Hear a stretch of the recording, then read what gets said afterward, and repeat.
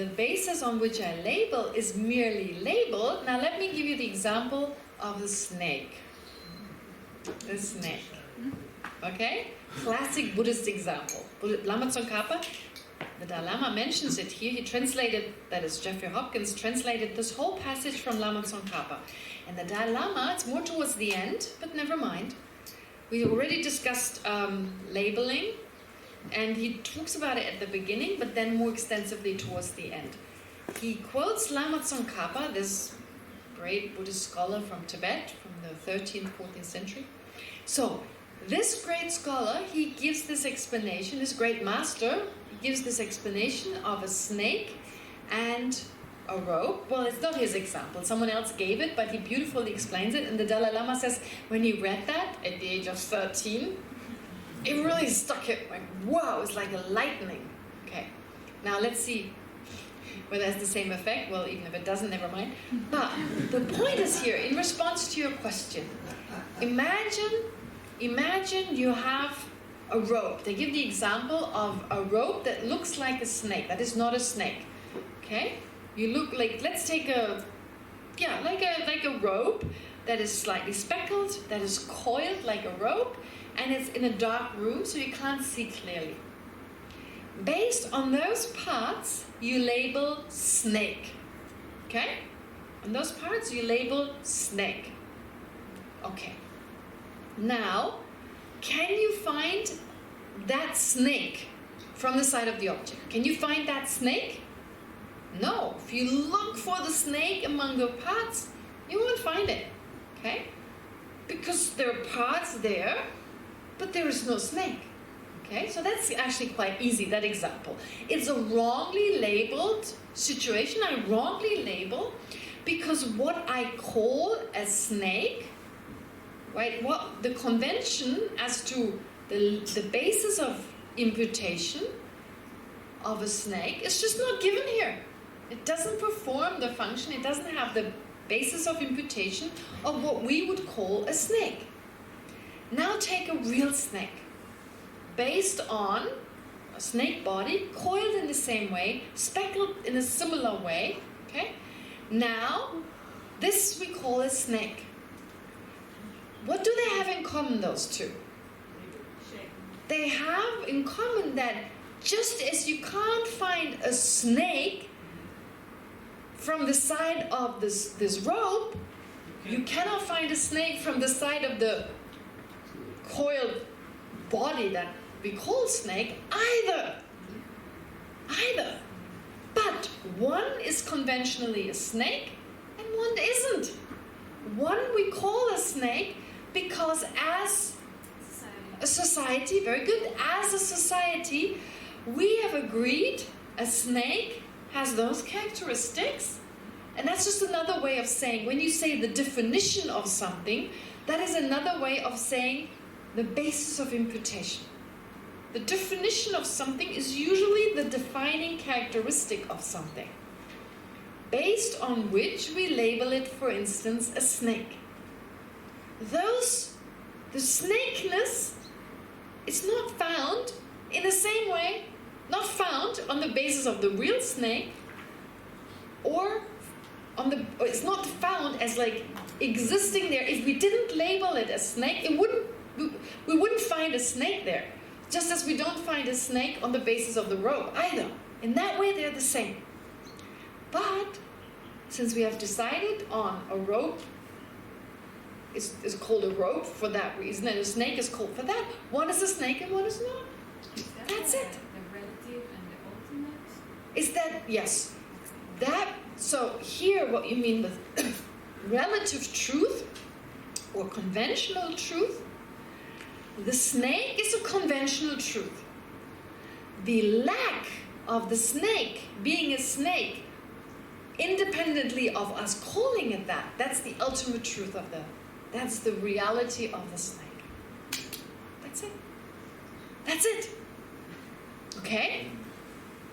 Now, how about taking it a notch? I just can't let go of that. I should be satisfied you get the snake and that's it. But I could take it a notch higher, where we believe where we believe, okay, snake is just called snake. Okay? But what about religious values?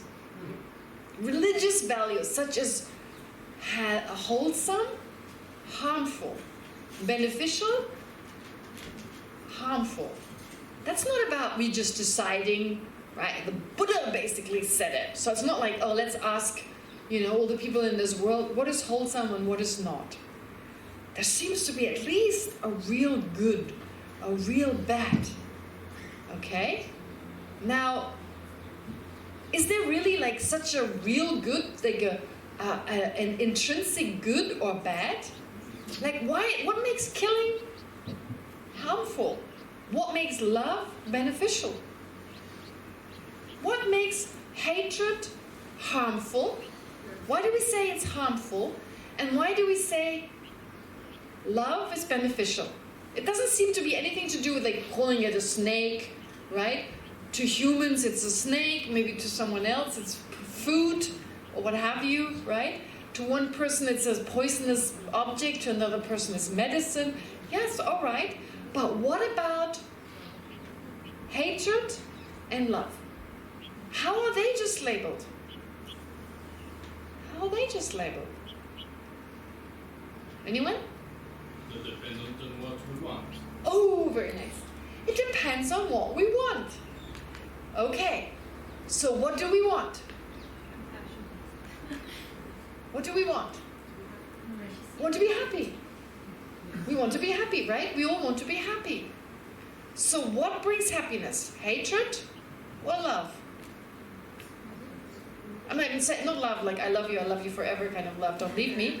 I'm talking about, right? Like, I'm talking about the wish for others to be happy. Okay? The way Buddhism defines love. Okay. All right. Some of you I told this story. Might as well tell you again. When one time I had to translate from one of my teachers, and he has great insights into emptiness. He talks about it a lot. He teaches, he meditates about it a lot. He's the greatest insights I've ever heard from anyone. He once, when I had to translate, said to me, the Buddha is bad. That was the first sentence he spoke. And he asked me to translate it. And I was like, what? No. He said, translate it. So Buddha is bad. Love is bad. Hatred is good. And then, after I translated and everyone looked at him like, oh my God, he went crazy. Then he said, well, the Buddha is bad because he harms. The Buddha harms because he harms hatred. He harms suffering. Hatred is good because it benefits suffering. Love is bad because it harms. I can't even say it. I'm so used to it. I have to really think when I say it. So, you see, hatred, it depends on what we want. We want to have a certain degree we want to have peace of mind, feel content. It's love that brings about the thing we want, contentment, etc. It facilitates it. So we say it benefits it, therefore it's good. It's in relation to what we actually want. You remember in the beginning I said the one thing we all have in common is we want to be peaceful and content. Other living beings are like that. Everyone basically wants that sense of contentment, and whatever leads to that, that's a different matter. But that emotion of just feeling okay, right? I don't think we have to reason much. I feel that way, and if you know with other people, they want to be happy. Okay? Content. Whatever leads them to that place. So they want lasting happiness, and even buying things, they believe if I just get that, then I'll be happy. Have you ever caught yourself thinking deep within, if I just had that, I would be happy? So, therefore, we call that good, which brings the thing we really need. That's it. So there is no intrinsic good or bad, wholesome or not wholesome, just that there's no intrinsic long or short. It is in relation to something shorter that this is long, and in relation to something longer that this is short. If it were intrinsically long, if it was intrinsically short, well, first of all, it couldn't be long and short both. We would have to make a decision. Either it's long or either it's short. Couldn't be both. right? Because that's contradictory. Just as it's contradictory to say, in relation to this flower, this is both long and short. Would you agree? It's contradictory to say that it's long and short, both independent on this. Independence on this, it can only be either short or long. Would you agree? Yes. Okay, but independence on this, it can be long, and dependence on this, short. Okay, that's okay, there's no contradiction. But if it didn't depend on something other than itself to be long or short, it would be inherently long or short, and that would mean it couldn't be either. Because why would it, to be long and short is contradictory, it cannot be both, therefore it must be neither. Again, it would make sense for it to say it's long or short. It couldn't be long or short. You see what I'm saying? This couldn't be long or short, it was inherently long or short because it would be both, and both is impossible. Am I making sense? Okay? Alright.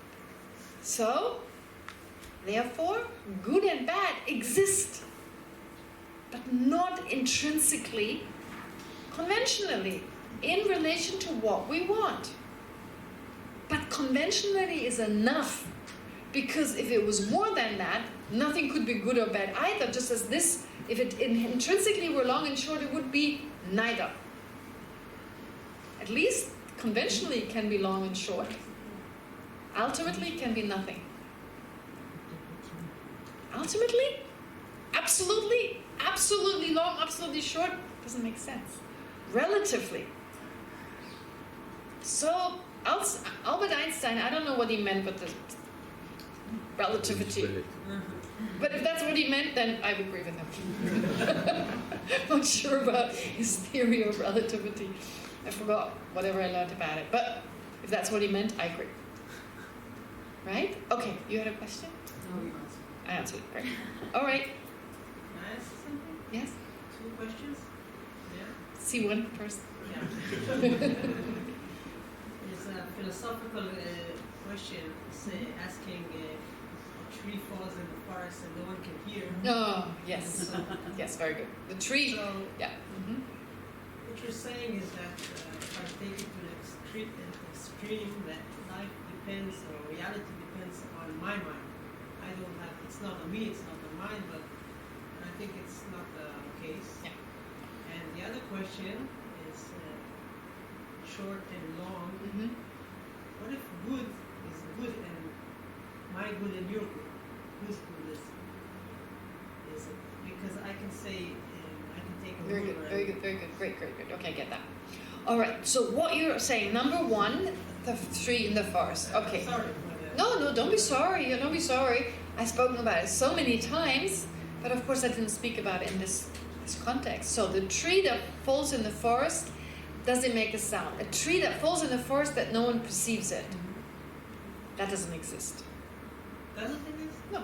There is no tree in the first place. There is no tree that no one perceives, because a tree, by definition, let's take modern physics, without even going into Buddhist philosophy. Colors are shapes are dependent on colors. Colors don't exist out there. They're the subjective experience of light waves. Now, a tree is defined by having a certain shape and color. If no one perceives that shape and color, what tree? You see what I mean? Like, what is a tree? A tree has a certain color and a certain shape. It's defined by its shape and color. But those are subjective. Modern physics tells us green, brown, gray, whatever color there is, it is actually the result of light waves. Okay? So what we call a tree has a color, has a shape, but if no one able to perceive that shape and color, there is no shapeless and colorless tree. Okay? So if then your response is, but there's something. Okay, but there's no tree. So if there's no tree, it doesn't make a sound. Okay. If there's no tree, there's no sound. You ask about the tree, only the tree. Okay? In answer to that, that's my response. Therefore, a tree is only a tree if someone calls it that, and of course it must have a shape and color. So on so many levels, to say a tree that doesn't exist. That's like saying a round squared object. You can't have a round squared object. You can't have something that no mind perceives. From a Buddhist point of view, of course, that's debatable. Would you agree? I don't think so. No, I don't think it is also Buddhist because it takes you to a place that I'm the center of the world and my mind. No. Sorry. I didn't say you have to perceive it. No, but if, say, no mind is in the world is only trees and trees might fall because of the wind. Mm-hmm. No minds to perceive all that. Is it happening in the reality? Okay, wait, but you're asking a different question. No, this is what I meant. Oh, that's what you meant. You're saying in that moment, for a tree to fall down in that moment, does there have to be someone to perceive it? I'm talking about reality. Is reality dependent on myself? I don't think it's... No. Listen, I'd say that reality is dependent on any mind. Not your mind, not a specific mind. For something to be there, for a tree, let's go back to a tree. For a tree to be there needs to be a mind to perceive that tree.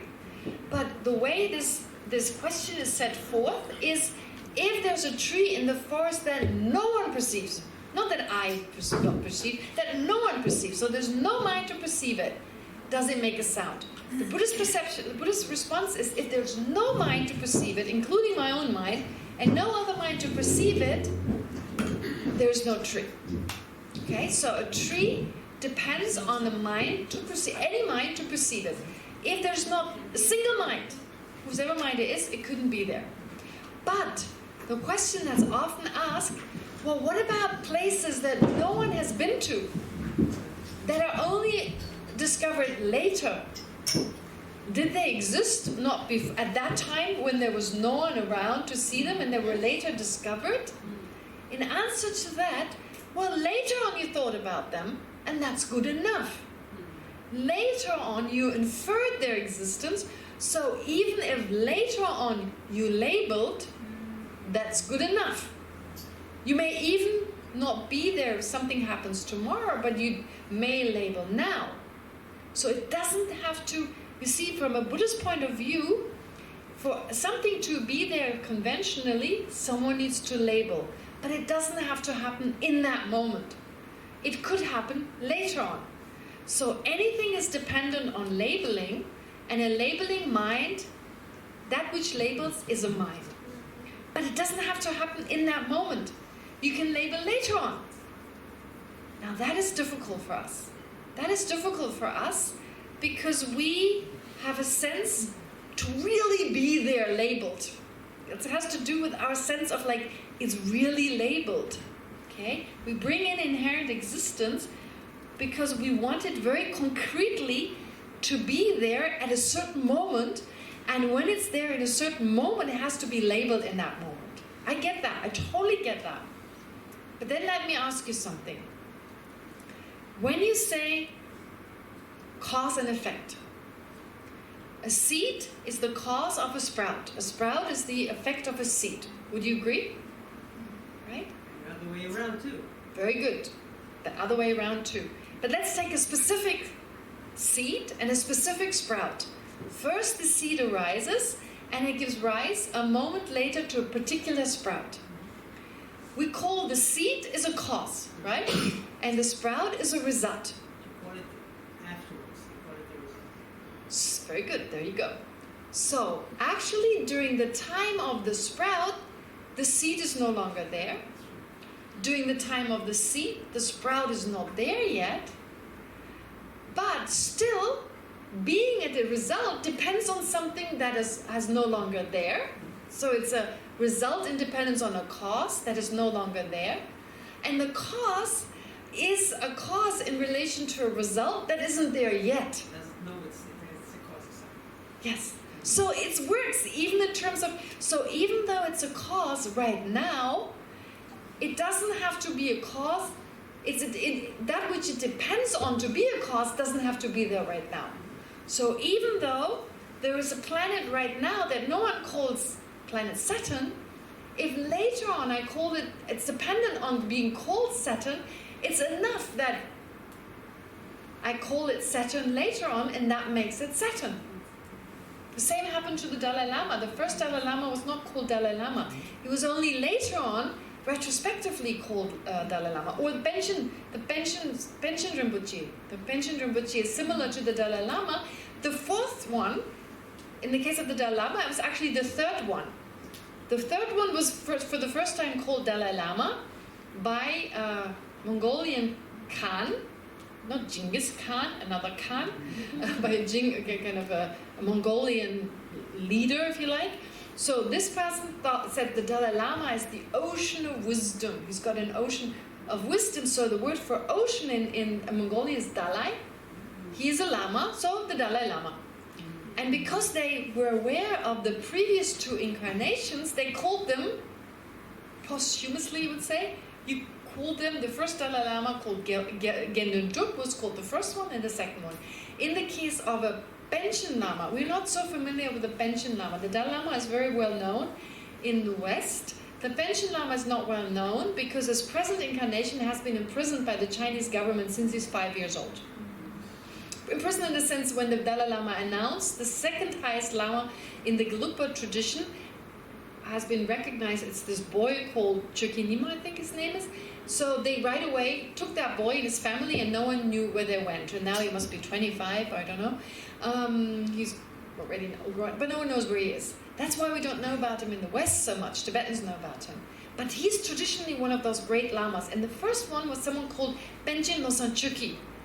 But this is why it's confusing. He's actually the first one, but they were aware of 3 other incarnations and called him the fourth Panchen Losang. So he's the fourth Panchen Lama. And number 1, 2, 3 were called Panchen Lama only later on. So sometimes people say it was the first Panchen Lama or the fourth. It's just confusing. But really, he was the first time called the Panchen Lama. Panchen just means Pandita. You know the word Pandita? A great learned one. Pan is the Sanskrit word for a great learned one. They used the first syllable pan and then added great in Tibetan, chen. So Pen Chen, great Pandita Lama, Panchen Lama. Okay, so Tibetan and Sanskrit mixture is not a Mongolian word. And then they counted back. So there's some confusion. With the third Dalai Lama, he's always third Dalai Lama. With the Panchen Lama, Panchen Losang Chökyi, sometimes the first, sometimes he's the fourth. For some reason, there's some confusion. Although, strictly speaking, he should be the fourth. But posthumously, they called the Panchen Lamas previous to him Panchen Lamas. You see? Were those the Panchen Lamas? Number 1, 2, 3? Yes. Was number 1 and 2 the Dalai Lama, past Dalai? Yes. Was he called the Dalai Lama at that time? No. It was labeled later on. And still they were the Dalai Lamas, because by convention we've agreed. That's it. Yes. So this logic goes deep to the phenomenon like Buddhahood. So also Buddhahood is nothing. Very good, very good, very good, because the Dalai Lama talks about it too. Even the Buddha cannot be found. Not the Buddha is also merely labeled on a particular mind and body. Based on that, we call someone a Buddha. That's important, because we may think, okay, I'm not inherently there. Anger is not inherently there. But because our mind is so used to perceiving something inherently, we believe, oh, the Buddha is inherently there. The Buddha really exists from his or her own side. Lotus Sutra. Pardon? The Lotus Sutra says A lot of, yeah, a lot of, Lotus Sutra. the Lotus Sutra says that. It's in and of itself. No, the Buddha that has the son of the Buddha is not the right Buddha. The Buddha, yes, No, but okay. the Buddhahood. Well, Buddhahood is just the name. What is Buddhahood? I don't know, I'm debating with myself if there is such a thing like Buddhahood that has an essence of itself. No, Buddhahood is just the word we give. This is the label we give based on the mind of the Buddha. The mind that is liberated from all that is extra. Okay? Based on that, we call that the state of a Buddha. Buddhahood is just the Tibetan word for the state of being a Buddha. Based on having certain qualities, you reach the state of being a Buddha. That's it. Okay. All right. So this is pretty much what the Dalai Lama talked about in this first part. Dependent arising, we've talked about that. understanding, we have to look at the whole picture, because what we do is we zoom into one aspect and exaggerate its existence. Okay, so he very much emphasizes that, and that exaggeration that is manifested in the way I just described is also manifested in the emotional response. Why? Because anger sees the other person as inherently bad and exaggerates the negativity of the object. So Dalai Lama mentions, for instance, he doesn't mention him by name, but he mentions someone called Aaron Beck. He's an American cognitive scientist, psychologist. Pardon? A psychologist, great, that's easy. A psychologist, Aaron Beck. I think he's still alive, isn't he? Right, he's still alive. So he, in a conversation with the Dalai Lama, he said, yes, he totally agrees with the finding of in Buddhism that anger is just an exaggerated a mind that exaggerates its object. Okay, when you're angry, that mind of anger exaggerates the negativity of the object. And he says, yeah, 90% of what the anger perceives is a projection. Okay, so the mind, once you've exaggerated the mode of the existence of something, I, others, then the harm is intrinsically bad. The person who's totally negative, they're bad because they've done this. So we see them as just totally negative, see no positive qualities, even exaggerate that negativity. Okay? To such a degree that the negativity of that person becomes so exaggerated that number one, we can't see any positive qualities, and number two, we can no longer distinguish between the person and the negativity.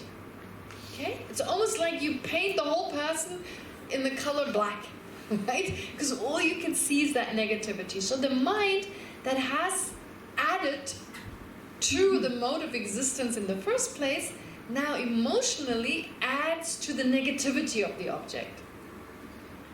Actually, there's a step in between. First, we misperceive reality. Then we perceive something as pleasant or unpleasant in relation to our reaction to it. Right? If it's neutral, okay, there's also a neutral feeling that's neither pleasant nor unpleasant, so usually we don't react to that, we're indifferent towards it. But if there's there's a pleasant or an unpleasant experience, the stronger that experience, the more of a sense this is really pleasant, in and of itself pleasant. And that mind then exaggerates the pleasantness, and after that attachment sets in. So attachment is the emotional response after you exaggerate the pleasantness, the goodness of the object, versus anger, exaggerating the negative aspect of the object. But exaggerating the exaggeration, as I just said, the whole person becomes negative. Okay, so the person and the negativity become one, plus we can't see any other quality, because they'll become one, basically. And that negativity is blown up. Okay, so of course there's a conventional negativity, but we've gone beyond that. And if we didn't have a sense, if our mind were to just see the conventional negativity, you could not be angry. You can't be angry. You can't be angry if you just see this person as conventionally angry. Now, a few people came up to me in the break, and that reminds me of saying something. People say to me very often, yeah, but I know the person doesn't exist inherently, and I still get angry. Okay? What they're saying is correct. But when they say, I know, and I still get angry, here the I is labeled on different minds. The mind that knows, you say, I know, it's a certain mind, it's the intellectual mind, that when you're calm and you're not insulted, you don't feel hurt, your mind works very well, okay? As in like, yeah, that's just an imputation. I mean, it's okay, you can do that in that moment. But the moment an emotional, you feel insulted, and right away you label insult, I am insulted, this person, and the whole story goes on. That other mind is shut down. That other mind is no longer active. It's a different type of mind altogether. And that mind, which comes from the sense of I and exaggerates the negativity, okay, that is now taking over. Okay? And then an emotional